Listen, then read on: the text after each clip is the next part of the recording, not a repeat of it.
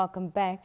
Now, bodily autonomy is the foundation for gender equality, and above all, it's a fundamental right. The ability to care for your body while menstruating is an essential part of this fundamental freedom. Yet an estimated 500 million people lack access to menstrual products and adequate facilities for menstrual health. Poor menstrual health and hygiene undercuts fundamental rights, including the right to work and go to school for women, girls, and people who menstruate. It worsens social and economic inequalities. In order to raise awareness about menstrual health and the important work that Girl Up Namibia is doing, we're joined in studio by Girl Up Namibia Coalition leader Ndinaelago Ngalangi and Girl Up Khomas Regional President Queen Elizabeth Sheehama. Ladies, good evening and welcome. Good evening. Thank you so much for being here. Thank you. Such young ladies pioneering such important, topics and situations. Yesterday, Queen, the world observed Menstrual Hygiene Day, of course. Talk to us about what is the importance of, World Menstruation Day. Well, basically, I think it's very important that we come together and celebrate this very important day because it's high time that we as a society debunk some of these taboos that are associated with menstruation, right? Mm-hmm. In many cases, you'll find girls put to shame by society because of something they have no control over. Imagine being put to shame over something that you really have no control over, and sometimes you really can't help it and you don't have the means to help yourself, right? Mm-hmm. Mm-hmm. So I think coming together and celebrating this day helps us to raise awareness of the people who are in need. It helps us to debunk these taboos. It helps us to basically just engage and capitalize on menstrual hygiene. Mm-hmm. Basically, education is very important and crucial when it comes to menstrual hygiene. Yeah. Awesome. Yeah. Ndinaelago, is menstrual health and menstrual hygiene the same thing? No, menstrual health and menstrual hygiene are not the same thing, because menstrual hygiene refers to, I would say, the products that help one manage their periods. That is now the menstrual pads, the sanitation facilities, even the period patches that people use, those with period cramps. Mm-hmm. Whereas menstrual health now refers to the overall management of not only when you're on your periods, but also the days after, because the menstrual cycle is a 28 days cycle, yeah. Mm-hmm. And the period only lasts for 5 days on average. So menstrual health refers to the management, of the entire period, and the implications attached to it as well. We have things like endometriosis, PCOS, and the like. Mm-hmm. Now, Queen just spoke about the importance of debunking some of the taboos around menstrual health, and the topic in extent. So, what is Girl Up Namibia doing, to break the stigma surrounding menstruation and provide girls with safe and accessible menstrual hygiene products?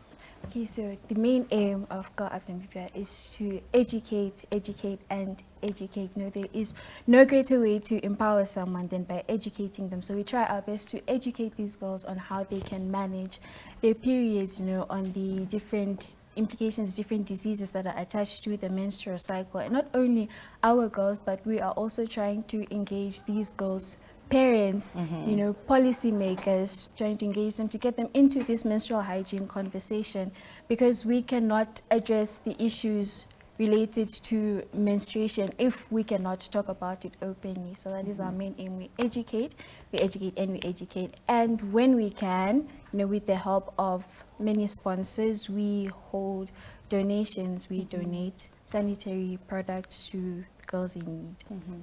And the girls that you donate to, is it, within Windhoek, or is it, around the country? Which areas have you found to be more in need? We just this week, I think it was on Wednesday, we donated to around about 2 schools here in Windhoek. But then we have realized that the girls that are really in need of these products are those in rural areas up north. that is now the Kavango East region, Kavango West region, Umsati, the 4O regions basically. The girls up there are in need of our help. They need us to step up for them because they can do that for themselves. Yeah.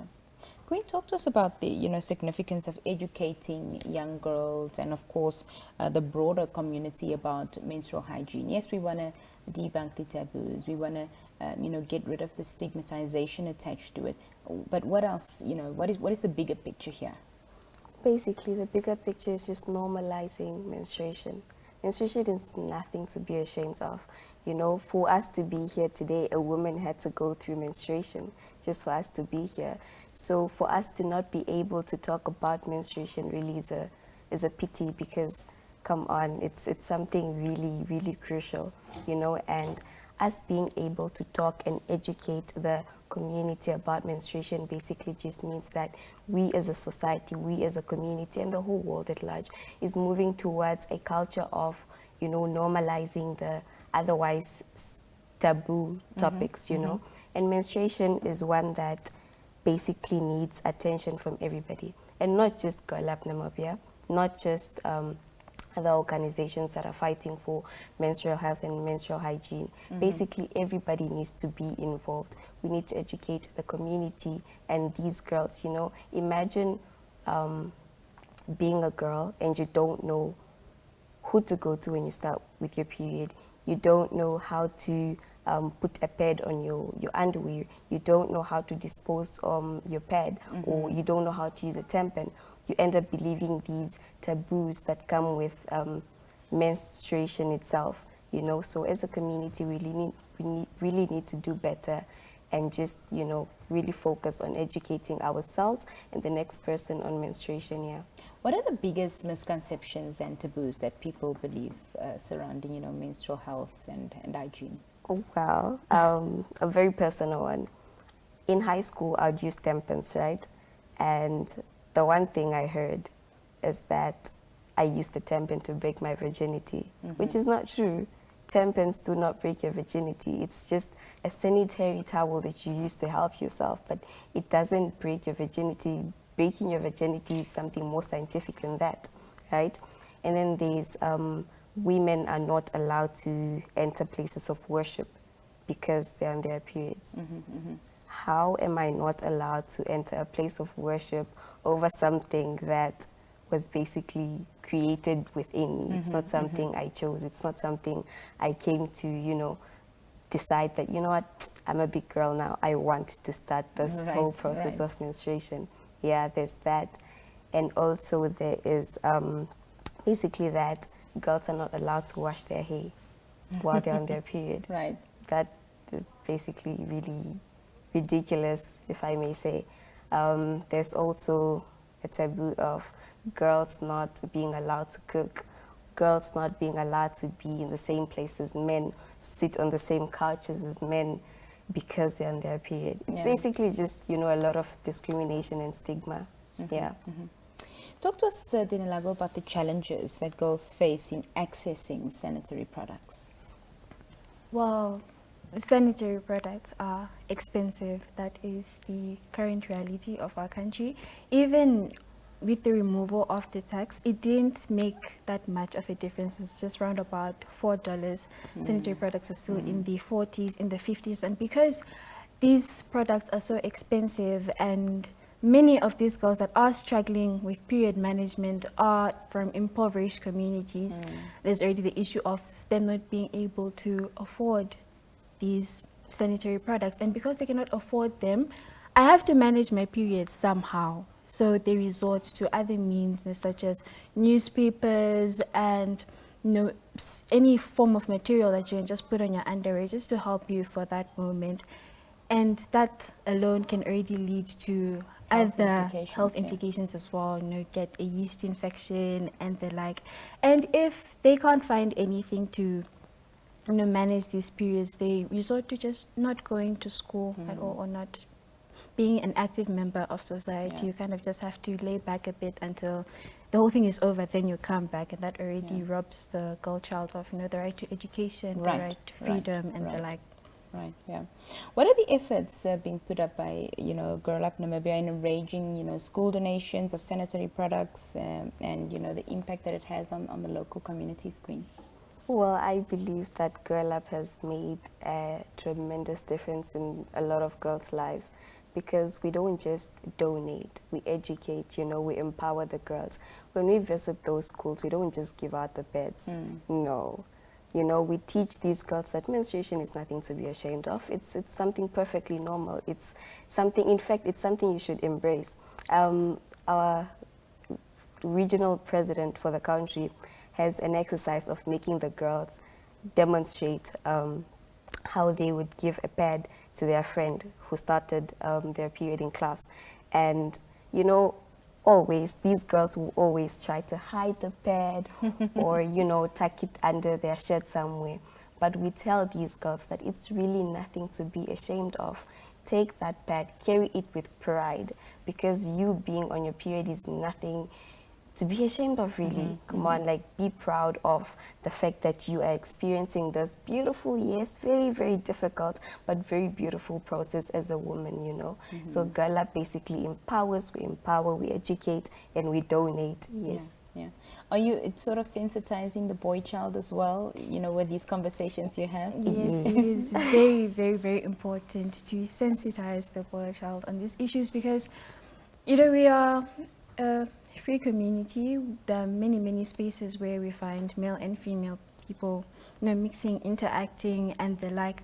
Now, sensitizing not just boys but males on this topic, it sort of teaches them on how to, move around it because they have women at home, in the workspace, they have women at school. So it kind of, teaches them how to go about it and know, okay, this is a normal thing. There's nothing to make her feel shy about. Yeah. Oh, she's on her periods. Maybe I can do this for her. As a father, maybe the mother is not around when the child starts their periods. Educating yourself, it helps you step in and say, okay, do you need pads? Do you need any painkillers, in terms of the cramps and everything? Yeah. So because we all interact regardless of the gender, it is very, very important to sensitize males as well. And how have you found, Queen, the response, from the male community when you're educating them on this matter? Oh, well, there's progress. It's slow, but it's there, And the one thing I like about, Girl Up is the fact that we don't just have girls in the club. We have male figures as well, and we are able to get their side of the story. We're able to get how they think. We're able to get how they basically view the whole process of menstruation, you see. So there's very little progress, but it's there. And as we move towards a culture of inclusivity and including the boy child in these things, I think we are going, only then can a change really come about. Yeah. Because you can't just change something by involving the girl child. What happens on the side of the boy child?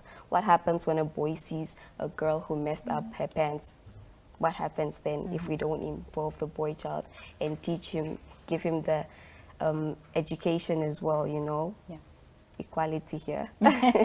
Fantastic. You guys are doing awesome work. I just want to know, do you have any social media? There might be somebody, watching tonight that would like to reach out with a donation, because of course you guys need as many donations and as many hands as possible to help to reach your goal. So what are your social media pages?